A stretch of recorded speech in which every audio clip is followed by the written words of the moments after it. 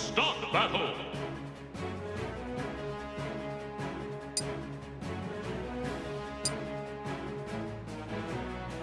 Blade Dancer!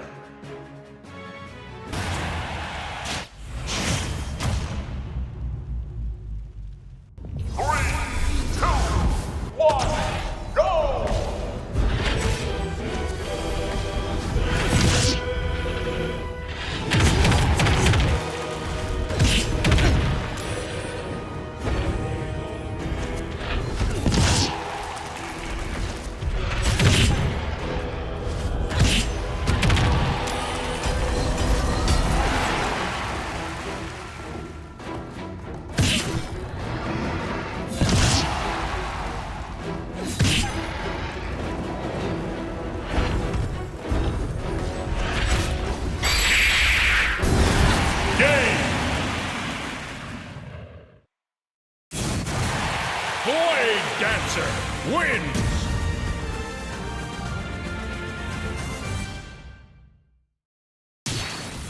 Hello, and welcome back to another Baldur's Gate 3 build video. This video, I'll be going over my Blade Dancer build. This build is a martial build that prioritizes martial versatility, and that can be played one-handed, dual-wield, ranged, or two-handed depending on your playstyle preference as a player. I'll first be going over the levels as well as the alternate options and paths you can take for this build, before moving on to cover all the items you will want to look out for in your playthrough. So, let's get into the build.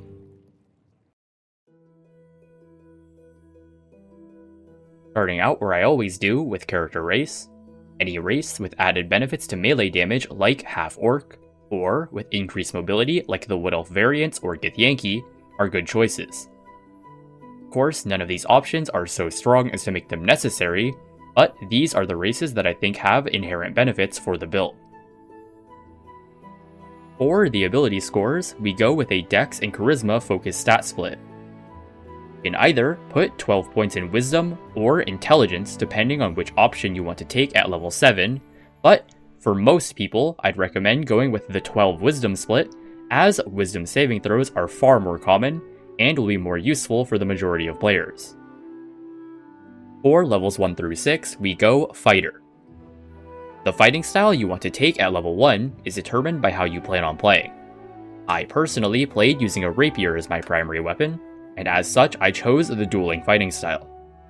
You should take the fighting style that will match your weapon preference, so 2-weapon fighting for dual wield, archery for ranged, or great weapon fighting for two-handed weapons.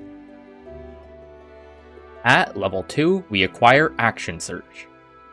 For those of you playing on Honor Mode, I will note that unlike actions acquired through Haste or Bloodlust elixirs, the additional action acquired from Action Surge does receive the benefits of extra attack. At level 3, we pick our subclass, and for this we go Battlemaster. This grants us 3 maneuvers and 4 superiority die to power those maneuvers. As for which maneuvers to take, we have a few options. If you are playing any version of this build in which you are a melee fighter, Riposte is an absolute must-take option, as it allows us to retaliate against foes who miss attacks on us. Menacing Attack forces the target to make a Wisdom saving throw or become frightened, blocking their movement and giving them disadvantage on their attacks. In the early game, where many enemies have low Wisdom stats, this move can be especially useful. Disarming Attack forces the target to make a strength saving throw or drop their weapon. This maneuver can be a functionally permanent CC against enemies who rely on their weapon to deal damage, as long as you pick up their weapon to ensure they can't re-equip it. Be sure to check if an enemy has the permanently armed passive effect before wasting this maneuver on them though. Crippling Attack forces enemies to make a strength saving throw or become prone, giving you advantage on follow-up attacks and gimping their next turn movement. And finally, Goading Attack forces enemies to make a Wisdom saving throw or become taunted. This maneuver is especially useful for tanking for your party. Moving on to level 4, you get your first of 3 feats.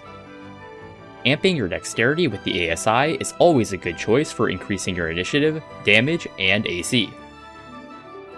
Defensive Duelist is also a great option, as it lets you avoid damage as long as you're using a finesse weapon.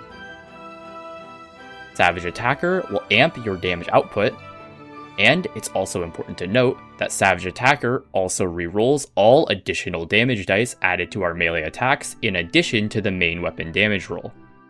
This means that the feat's value increases with each piece of gear that adds damage dice to our damage. Alert is another great choice, as it increases our initiative. Between this feat and your naturally high dexterity, you can basically guarantee that you'll always go first in combat.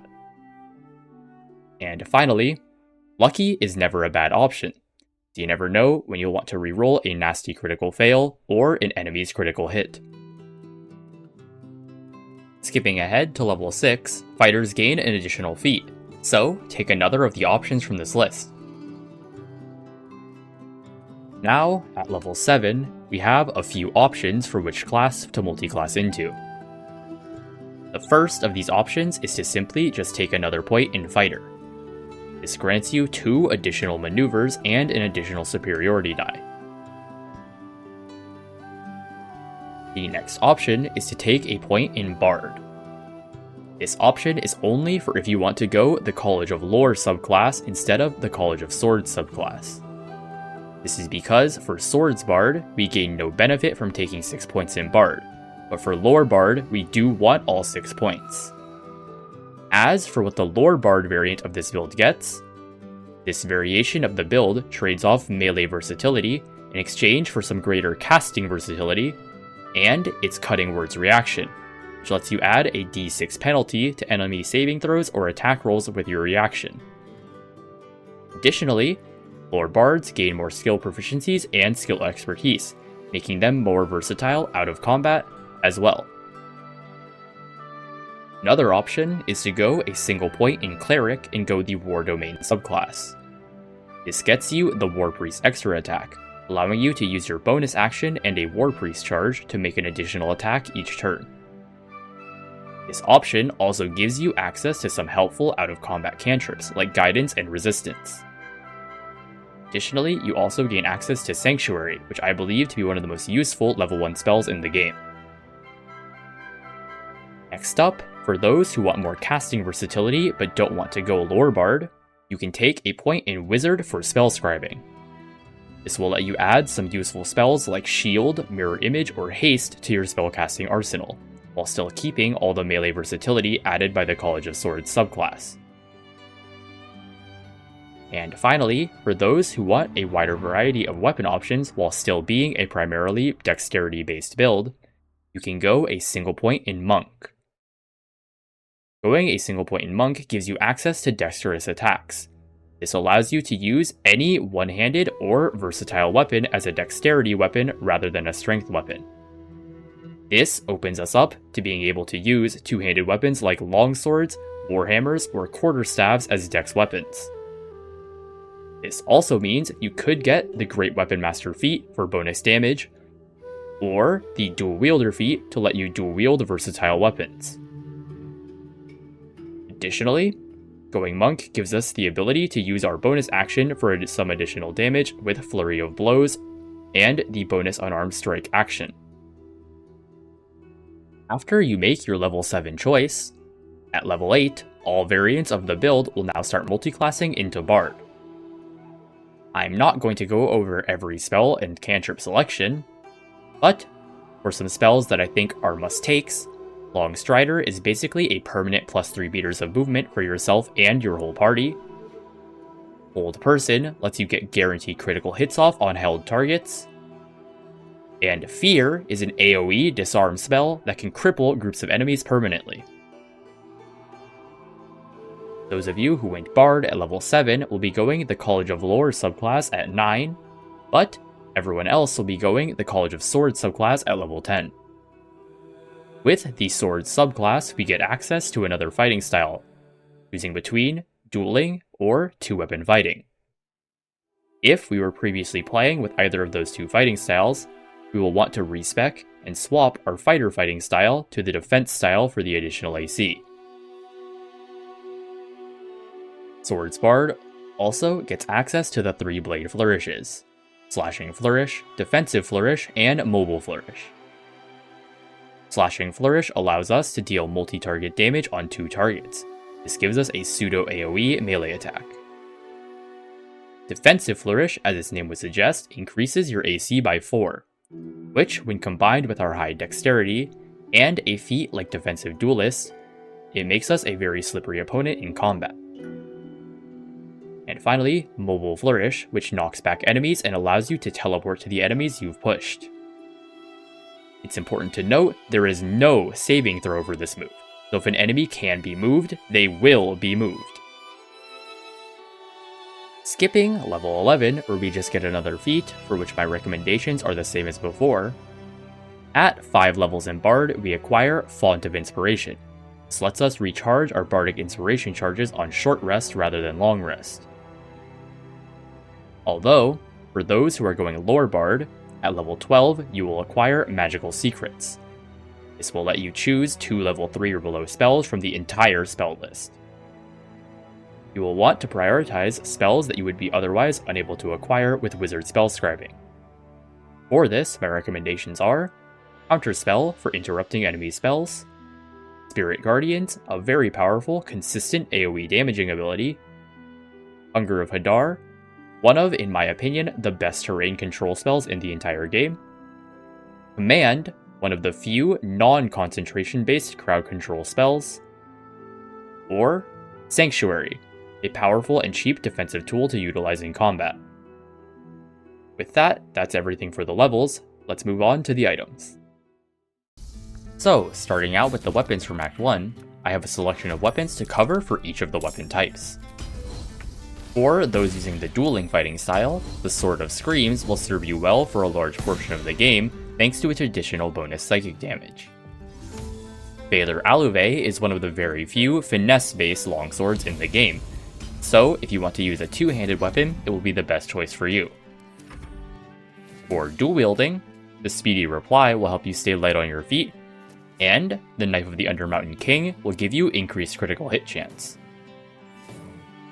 For ranged options, the Bow of Awareness can give you a leg up in initiative, and the Bow of the Banshee, which, in addition to frightening enemies with its own attacks, also applies its bonus to attack and damage rolls to your melee attacks. This makes it a great option even for melee focused builds, as long as you have the menacing attack maneuver. All of the gear that increases your mobility or grant movement abilities are great options to improve your in-combat sticking power. These include the Boots of Speed, Disintegrating Nightwalkers, Haste Helm, Crusher's Ring, and the Amulet of Misty Step. As for other non-mobility centric gear, the Gloves of the Growling Underdog are very useful for frontline fighters for gaining advantage. The Ring of Protection can slot in if you want a little extra AC for defense, and for amping up your damage, the Broodmother's Revenge, Caustic Band, and Strange Conduit Ring will all add additional damage to your weapon attacks, making them all good options. Additionally, the Diadem of Arcane Synergy can also let you increase your damage, but do keep in mind that Arcane Synergy uses the spellcasting stat of your most recent new class's casting stat, so for us, we will probably want to wait to use this item until level 8 when we have a point in Bard to make this item use our Charisma stat. Moving on to Act 2, we acquire some great one-handed weapons to dual wield, those being the Render of Mind and Body and the Thornblade.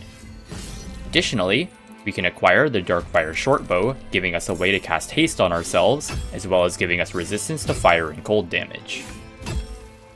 In Act 2, we can also acquire our first really good armor item in the UNT Scale Mail, which can allow us to achieve very high AC scores. Additionally, for increasing AC, the Cloak of Protection and Evasive Shoes both raise our AC further. I would also recommend, if you're not dual-wielding or two-handing, picking up a shield, as the dueling fighting style does not restrict us from shield use. For the shield to use, I recommend the Sentinel Shield, as it provides a large boost to your initiative rolls. Act 2 also provides us with a few good ways to gain initiative on our attack rolls, with both the Gloves of the Automaton and the Risky Ring. And for helping increase our spell save DC, The Helmet of Arcane Acuity is always a must pick up item for any hybrid martial caster build. As for ways to increase our damage, the Dark Justiciar Gauntlets, Flawed Helldust Gauntlets, and Shadow Cloaked Ring all give additional damage dice to our attacks. And, while not giving us damage directly, the Surgeon's Subjugation Amulet can also allow us to paralyze a humanoid target, giving us guaranteed critical hits on subsequent attacks. For our final few items of Act 2, our utility items are the Ring of Free Action and the Amulet of the Harpers, allowing us more freedom in avoiding damage and crowd control. Finally, moving on to the last act in Act 3, we can acquire a large variety of powerful weapons to make use of. The Duelist's Prerogative is the best rapier in the game by far, however it does restrict you from being able to use a shield, and as such, the Pellar's Sun Blade is a good alternative rapier for those who still want to use a shield in their offhand. Both of Orin's weapons are great dual-wield options, with their high damage and unique effects depending on whether they are wielded in the main or offhand. Alternatively, Rhapsody is also a great choice for one of your weapons due to its stacking damage and spell save DC. For ranged weapons, the Hellrider Longbow is great for raising your initiative, the Dead Shot will raise your critical strike chance, and Gauntermail's unique variant of Haste can be very useful for ensuring you don't end up losing your turn to Lethargy. As for armor choices, the Ballist Armor is the best offensive option for anyone using a piercing damage weapon. I will also note that despite what the Aura of Murder description says, currently if an enemy is only resistant to piercing damage, the aura will cancel out their resistance instead of making them vulnerable. As for the defensive armor options, the Elegant Studded Leather will provide you with a free cast of Shield in addition to its other great effects. Alternatively, you can run the Armor of Agility to have the highest AC possible. With this armor combined with Defensive Flourish and Defensive Duelist, you can easily have over 30 AC consistently. For our variety of helmet options, the Mask of Soul Perception, Servox Horned Helm, and the Helmet of Grit all provide great effects to make use of. For gauntlets, the Legacy of the Masters and Helldust Gloves can both increase your damage output. Alternatively, the Gauntlets of the War Master, while you would have to sacrifice some extra damage, can help ensure your maneuver effects and weapon action effects go through. The Cloak of Displacement can help you avoid damage from weapon attacks, giving you a slightly weaker version of the spell Blur every turn. And for accessories, the Fey Semblance Amulet and Amulet of Greater Health are both good defensive options. And the final item, the Band of the Mystic Scoundrel, is always a great option for bard-based builds, as it can be acquired immediately upon entering Act 3 and allows you to utilize your spells more often. And that's everything. Thank you guys for watching as always. Please do not expect the quality of the intro from this video to be consistent with every subsequent video from here on out. While I am continuously trying to learn new things and push my skills with the editing, I will most likely not be doing stuff like that every video. But, anyways, if you liked the video, be sure to like, comment, and subscribe for more like this, and I'll see you guys next video. Bye!